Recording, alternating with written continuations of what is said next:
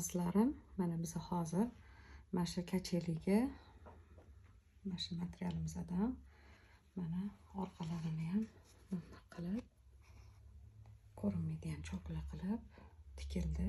Bu kachelini oldi tarafida bunday soyabon bo'lib turadi. Mana shunaqa trubaga tiqib yuboramiz. Materiali ham rosa yaxshi. Suvla ham shimmaydi, oqarmaydi. Obto'lida ham yaxshi saqlab beradi o'zini. 100% obto o'tkazmaydi.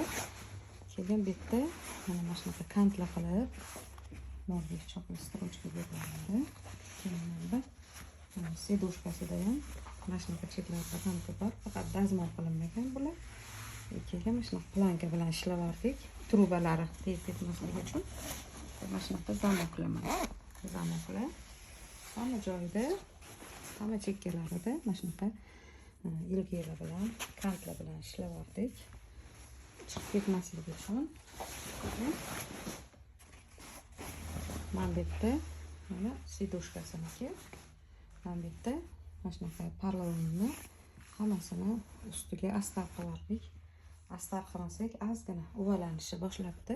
O'shaning uchun ozgina astar qilardik.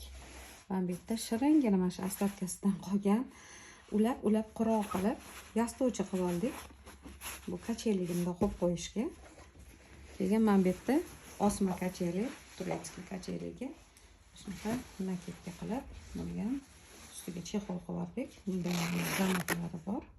Yonlarda hali chiskala qilinmagan.